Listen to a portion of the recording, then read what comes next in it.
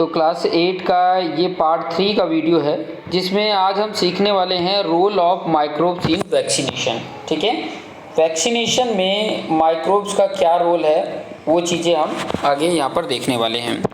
Vaccination is a process in which is given to improve the immunity of the body against the specific diseases. मतलब vaccination क्या होता है, हमारी body को immunity provide करता है जिससे कि डिसीजेज से हम लड़ सके, उनके अगेंस्ट में ये एक प्रकार का प्रोटेक्शन होता है। हमारी बॉडी को एक रोग प्रतिरोधक क्षमता बढ़ाता है, इम्यूनिटी बढ़ाता है वैक्सीनेशन। ठीक है, vaccination is biologically preparation that resemble diseases causing microbe. जो माइक्रोब्स डिसीजेज के कारक होते हैं उससे वैक्सीनेशन क्या करता है, बायोलॉजिकली प्रिपेयर करता है कि ताकि उससे लड़ सकें। These vaccine are made up of dead और वेरी वीक माइक्रोब्स। जो बहुत वीक माइक्रोब होते हैं, जो या डेड माइक्रोब्स होते हैं, उनसे ये वैक्सीनेशन बनाया जाता है। समझ में आया? तो इस वैक्सीनेशंस का यूज करते हैं हम अपनी बॉडी में इम्यूनिटी। जैसे अभी फ़िलहाल में देखोगे कि कोरोना वायरस है, तो उसके बेस पे जो वैक्सीन बनाई जा रही है वो कोरोना वायरस जो है उससे लड़ने के लिए हमारी बॉडी के अंदर कैपेसिटी डाली जाएगी। ठीक है, हालांकि उसको देखते हुए अभी हमारी बॉडी में काफ़ी ज़्यादा इम्यूनिटी आ भी गई है, नेचुरली आ गई है। कुछ इम्यूनिटीज़ जो आने ही ना दे, वो रोग ही ना होने दे, तो उसके लिए वैक्सीनेशन की ज़रूरत होती है, वैक्सीन की ज़रूरत होती है। In vaccination a memory of these diseases causing organism is created inside the body so that body can fight back any further attack of the same diseases causing organism। वो particular जो causing diseases होती हैं उसी से related रोगों को लड़ने के लिए वैक्सीन बनाई जाती है जो वो रोग नहीं होने देंगे। Vaccine is introduce into the body which resemble disease causing organism at the same time very mild to causing any harm to the body. The body produce antibodies in response to the vaccine. These antibody fight any further attack of the antigen। जो भी मतलब रोग होने वाले हैं उस रोग से लड़ने के लिए ये वैक्सीन होती है। जब ये वैक्सीन हमारे अंदर जाती है तो हमारी इम्यूनिटी बढ़ जाती है कि उस रोग को नहीं होने देता है। ठीक है, उस वो जो वायरस आने वाला रहता है उसको मार डालता है ये एंटीबायोटिक। आगे कुछ और देख सकते हैं। Antigen refers to any foreign substance inside the body. These can be chemical micro organism, जैसे बैक्टीरिया, वायरस हो सकता है, टॉक्सिन हो सकता है, पोलन हो सकता है। और antigen trigger immune system to produce antibody. Antibody recognize a neutral pathogen. Each antibody binds to specific antigen. जैसे देख सकते हैं यहाँ पे एंटीजन है जो आ रहा है और इसको एंटीबॉडी उसको प्रोटेक्ट कर रहा है। Vaccine has been use success.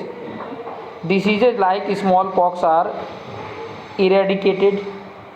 Many diseases like polio था, टेटनस था या मेसल्स थे has been reduce to large extents. Large मात्रा में उसको क्या कर दिया गया है, रिड्यूस कर दिया गया है, बहुत ही कम हो गए हैं। नहीं तो पहले बहुत छोटा सा अगर किसी ने काट भी लिया तो बहुत बड़ा प्रॉब्लम हो जाता था। नेक्स्ट हम देखने वाले हैं role of microbes in production of beverage. ठीक है, बेवरेज की प्रोडक्शन में भी माइक्रोब्स का बहुत ज़्यादा इंपॉर्टेंट रोल है। जैसे कि आइसक्रीम देख लेते हो, ब्रेड देख लेते हो, फिर बाद में अल्कोहल देख लेते हो, ये लोग का बहुत इंपॉर्टेंट रोल है माइक्रोब्स का। ठीक है, जैसे यहाँ पे देख सकते हैं yeast play an important role in the production of various alcoholic drink. और इसमें क्या होता है, सैक्रोमिक्स सीरीवेजी होता है। इस popular term as a brewer's yeast. देख सकते हैं ये उसके नाम है। ठीक है, और इसका फॉर्मूला है, जैसे देखिए ग्लूकोज है C6H12O6 ग्लूकोज का फॉर्मूला होता है। और ये किस में कन्वर्ट हो जाता है, अल्कोहल में कन्वर्ट हो जाता है और कार्बन डाइऑक्साइड निकल जाता है। This reaction take place in presence of enzyme और जाइमीज के प्रेजेंस में ये रिएक्शन होते हैं। और अल्कोहल जो जिसको एथेनॉल भी बोला जाता है produce as a result of this reaction. इस रिएक्शन से अल्कोहल जिसको एथेनॉल बोला जाता है वो प्रोड्यूस होता है। ठीक है, और ये अल्कोहल का फॉर्मूला देख सकते हैं C2H5OH। ये एथेनॉल है, ये अल्कोहल होता है। CO2 release is use to raising agent in making bread, ये भी आपने देख लिया। फिर उसके बाद से role of microbes in preparation of chemical बनाने में भी माइक्रोब्स का बहुत इंपॉर्टेंट रोल हो जाता है, जैसे lactobacillus lactic acid, acetobacter acid acetic acid, clostridium butylicum ये ब्यूट्रिक एसिड बताता है, एस्परीगिलस नाइगर ये सिट्रिक एसिड बताता है। ठीक है, तो ये सब जो बैक्टीरियाज हैं या ऑर्गेनिज्म हैं इससे ये चीज़ें बनती हैं। लैक्टोबैसिलस से लैक्टिक एसिड बनता है, एसिटोबैक्टर एसिटिक एसिड होता है, क्लोस्ट्रिडियम ब्यूटिलिकम से ब्यूट्रिक एसिड होता है। तो ये वाला पॉइंट आपने देख लिया। कुछ और पॉइंट इससे रिलेटेड देख लेते हैं, कुछ और पॉइंट, जैसे कि microbe as a bio fertiliser. अब जो माइक्रोब होते हैं वो एज ए बायो फर्टिलाइज़र भी हैं। बायो फर्टिलाइज़र मतलब अगर एक तरह से मैं बोलूँ कि जैसे कि काऊ डंग भी बायो फर्टिलाइज़र है, तो माइक्रोब्स कैसे बायो फर्टिलाइज़र है वो चीज़ें बता रहा हूँ यहाँ पर। देखिए, fertiliser are substances added to enhance the soil fertility. ये क्या होता है, सॉइल फर्टिलिटी को एनहेंस कर देता है। एनहेंस मतलब बढ़ा देता है, उसकी फर्टिलिटी को बढ़ा देता है। This result higher yield and healthier plant, इसके कारण से ही हेल्दी प्लांट ग्रो करते हैं, जिसके कारण ही क्रॉप ज़्यादा मात्रा में पैदावार होता है। Chemical fertiliser however have a several disadvantage like they have toxic to various like forms, can causes imbalance in soil pH, result in soil infertility, degrade ecosystem, plant become susceptible of many diseases, fruit vegetables have heavy toxic residues। मतलब जो chemical fertiliser use करते हैं उससे बहुत सारी problem होती है। हमारी जो सॉइल होती है उसकी पीएच वैल्यू बढ़ जाता है, उसकी जो फर्टिलिटी होती है वो कम हो जाती है। वेजिटेबल होते हैं या फ्रूट होते हैं उसमें केमिकल की मात्रा ज़्यादा हो जाती है, जो हमारे लिए हेल्दी नहीं होती है। जो हम वो अगर लेते हैं तो हमारे लिए हेल्दी नहीं होती है। तो अगर बायो फर्टिलाइज़र को यूज करते हैं तो काफ़ी ज़्यादा हेल्पफुल भी रहता है। हाँ, क्रॉप का प्रोडक्शन थोड़ा कम होता है बट ह्यूमन के लिए बहुत हेल्दी रहता है। अगर वो फर्टिलाइज़र से जो भी क्रॉप होता है, जो भी फ्रूट्स मिलते हैं, वेजिटेबल्स मिलते हैं, वो हेल्दी रहते हैं और एनवायरनमेंट के लिए भी हेल्दी रहते हैं। Excessive use of fertiliser can causes environment pollution. अगर केमिकल जो फर्टिलाइजर है वो ज़्यादा मात्रा में अगर यूज करते हैं, मैक्सिमम मात्रा में यूज करते हैं, तो वो एनवायरनमेंट में पॉल्यूशन भी बनने के कारण होंगे।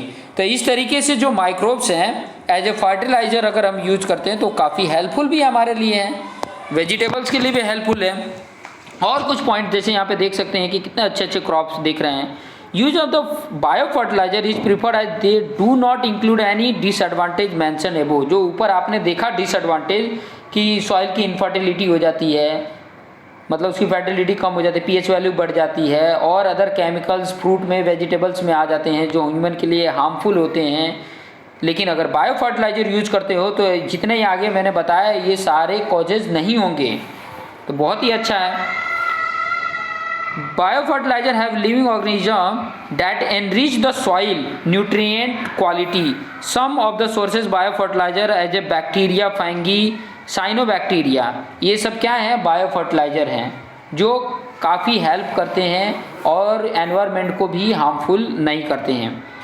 Rhizobium is an example of nitrogen fixing bacteria present in the root nodules of leguminous plant. Leguminous plant के रूट में ये होता है, कौन सा, राइजोबियम। ये नाइट्रोजन फिक्सिंग बैक्टीरिया होती है जो एक प्रकार की क्या होती है, बायो फर्टिलाइजर होती है, जो क्या करती है, nitrogen is a micronutrient for growth and development of plant. Rhizobium enriches soil with nitrogen. Nitrogen की बहुत ज़रूरत होती है सॉइल में, अगर नाइट्रोजन है तो काफ़ी फ़ायदेमंद रहता है। तो ये चीज़ें भी बहुत इंपॉर्टेंट है। जैसे यहाँ पे देख सकते हो root nodules of leguminous plant.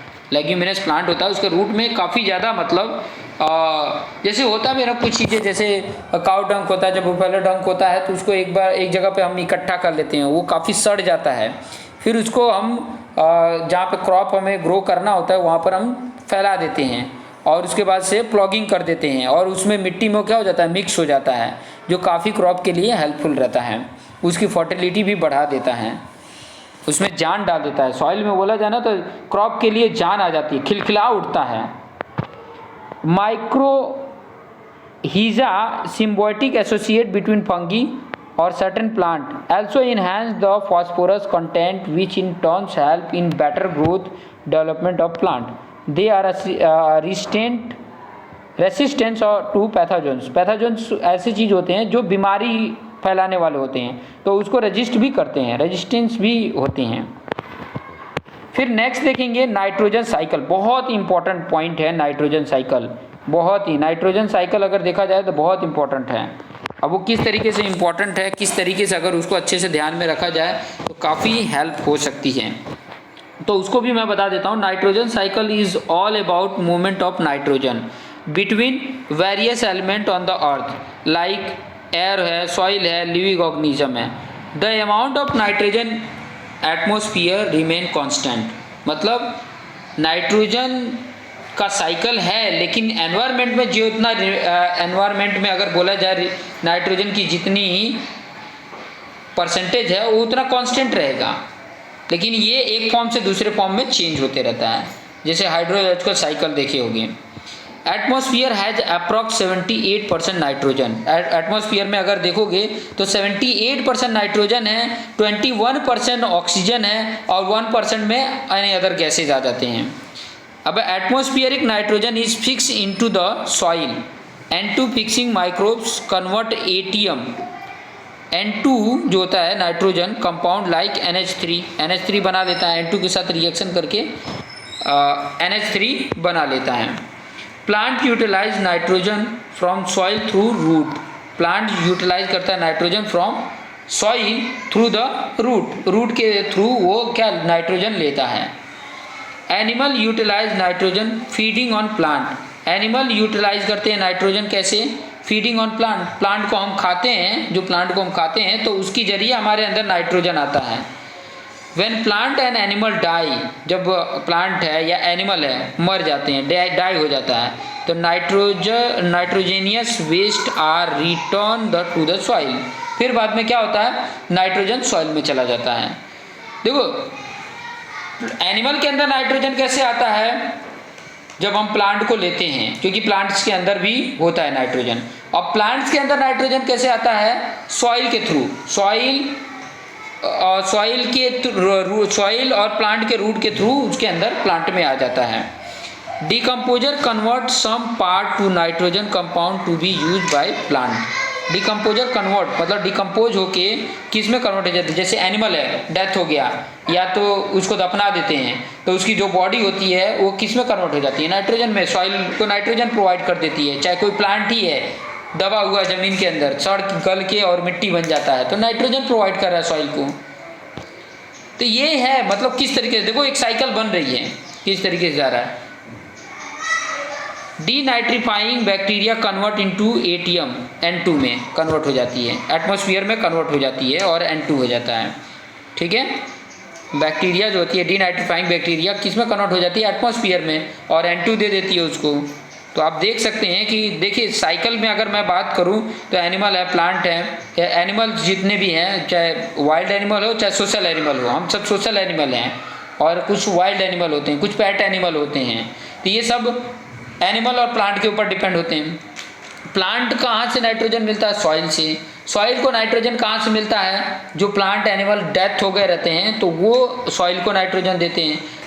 और एनवायरनमेंट में नाइट्रोजन कैसे आता है, ये जो डीनाइट्रीफाइड बैक्टीरिया जो होते हैं वो एनवायरनमेंट को नाइट्रोजन देते हैं। तो इस तरीके से साइकिल बना हुआ है। ठीक है, इस तरीके का साइकिलिंग बनी हुई है। और आगे और कुछ पॉइंट देख लेते हैं। Microbes as a decomposer. अब माइक्रोब्स जो हैं एज ए डीकम्पोजर कैसे होते हैं, देखो बहुत सारे, जैसे कि हम वेस्ट मटेरियल हम डिकम्पोज कर देते हैं ना, वेस्ट मटेरियल को ले जाके एक जगह पर डंपिंग कर देते हैं, सॉलिड वेस्ट होता है डंप कर देते हैं। अब ये क्या होते हैं, सॉलिड वेस्ट होते हैं, इनको गलाने के लिए बहुत सारे ऐसी जगह पे, जैसे कि मैं बात करूँ बेंगलोर में ये सिस्टम अपना है कि वो क्या करते हैं कि सबसे पहले उसको फैला देते हैं, फैलाने के बाद से उसके ऊपर माइक्रोब्स के जो छोटे छोटे बैक्टीरिया जो होते हैं वो छिड़काव कर देते हैं, और छिड़काव करने के बाद से वो क्या करती हैं, वो जितने भी सॉलिड जो होते हैं उनको क्या करते हैं, छोटे छोटे टुकड़ों में काट देते हैं, ये सब जो माइक्रो ऑर्गेनिज्म है, और छोटे छोटे टुकड़ों में काट देते हैं तो ऑटोमेटिक वो क्या हो जाता है, एनवायरनमेंट के साथ वो डिकम्पोज हो जाता है और सॉइल बन जाता है। तो ये बहुत ही अच्छा प्रोसीजर है। हम जलाते हैं अगर उसको, तो जलाने की वजह से सॉलिड वेस्ट को अगर जला रहे हैं तो उससे एक तो एनवायरनमेंट एयर पॉल्यूटेड होगा, और एयर पॉल्यूटेड होगा तो हमारे ह्यूमन के लिए हार्मफुल है। तो ये वाला सिस्टम वो लोगों ने बहुत अच्छा बताया, सत्यमेव जयते पे ये भी बताया था कि किस तरीके से वो लोगों ने डिकम्पोज किए थे। तो ये माइक्रोब्स कैसे डिकम्पोजर है, एज ए डिकम्पोजर मतलब डिकम्पोज करने वाला। तो किस तरीके से डिकम्पोज कर रहा है, decomposition is the process in which complex organic matter broken down into simpler form में, सिंपलर फॉर्म में जो ऑर्गेनिक कॉम्प्लेक्स है उसको सिंपलर फॉर्म में क्या हो जाता है, ब्रोक कर देता है। इसी प्रोसेस को डिकम्पोजिशन बोला जाता है। और this process break down dead और decay organic matter into a simple inorganic matter. जैसे यहाँ पे एग्जांपल देख सकते हैं, ये तोड़ के ऐसे छोटे छोटे टुकड़े में बिखेर देता है। Organism which help in decomposition atom as a decomposer, bacteria and fungi are important decomposer है। बैक्टीरिया और फंगी बहुत ही इंपॉर्टेंट डिकम्पोजर है। जैसे रोटी को ज़मीन पे ऐसे रख दो, कुछ दिनों में देखोगे उसके ऊपर फंगीज आ जाएंगे, कुछ दिनों में देखोगे एकदम मतलब गल के मिट्टी बन जाएगा। ठीक है, ये चीज़ें देख सकते हो। ये किसके कारण आ रहा है, बैक्टीरिया और फंगी के कारण। वो क्या हो जाए, डिकम्पोज करके उसको मिट्टी बना देते हैं। और खास करके उन्हीं चीज़ों को, नेचुरल चीज़ें, जितनी भी नेचुरल चीज़ें हैं ना, गॉड गिफ्टेड है, वो ऑटोमेटिक अपने आप एनवायरनमेंट में छोड़ दो ना, वो मिट्टी बन जाएंगे। ये गॉड गिफ्टेड है, नेचुरली है। लेकिन जितने आर्टिफिशियल है उसको डिकम्पोज कराने पड़ते हैं। आर्टिफिशियल जितने भी चीज़ें हम बनाते हैं, प्लास्टिक है, बैग्स हैं, बहुत सारी चीज़ें आर्टिफिशियल जो भी बनाते हैं उसको डिकम्पोज करना है ना, तो उसके लिए हमें प्रोसेस बहुत करने पड़ते हैं। लेकिन जितने भी नेचुरल चीज़ें हैं, नेचुरल थिंग्स हैं, वो ऑटोमेटिक डिकम्पोज हो जाते हैं। किसके द्वारा, बैक्टीरिया है, फंगीज है, इसके द्वारा। तो ये बहुत अच्छे, अगर डिकम्पोजर पूछे कि बैक्टीरिया माइक्रोब में डिकम्पोजर बताओ, तो आप बैक्टीरिया, फंगी एक एग्जाम्पल हैं, ये एक बहुत अच्छे डिकम्पोजर हैं। तो decomposer help environment to get rid of dead decay matter and also enrich the soil quality of better growth of plant. Soil की फर्टिलिटी भी प्रोवाइड कर देते हैं। अब देखो, अभी कोई एनिमल, कोई मर गया है, कोई एनिमल, उसको कहीं फेंक दिया गया है, तो धीरे धीरे क्या हो जाएगा, वो डिकम्पोज होकर मिट्टी बन जाएगा। और जब डिकम्पोज हो जाएगा ना, तो एक प्रकार का क्या है, सॉइल की फर्टिलिटी प्रोवाइड करेगा।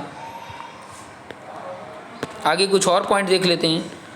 Harmful micro organism. अब ये जो पॉइंट है हार्मफुल माइक्रो ऑर्गेनिज्म, ये आपको नेक्स्ट वीडियो में बताऊंगा कि कौन कौन से। अभी तक तो हमने देखा कि कितने माइक्रो ऑर्गेनिज्म हैं जो हमारे लिए हेल्पफुल हैं। अब हम देखेंगे कि माइक्रो ऑर्गेनिज्म कौन कौन से हैं जो हमारे लिए हार्मफुल हैं, हमें नुकसान पहुंचाते हैं, किस तरीके से नुकसान पहुंचाते हैं, उनके नाम, ये सब चीज़ें याद रखने पड़ेंगे। तो नेक्स्ट पार्ट में आपको एक्सप्लेन करके बताएंगे। तो अभी के लिए इतना ही, देखते रहिए और अपने आप को बेस्ट बनाते रहिए। Thank you for watching this video.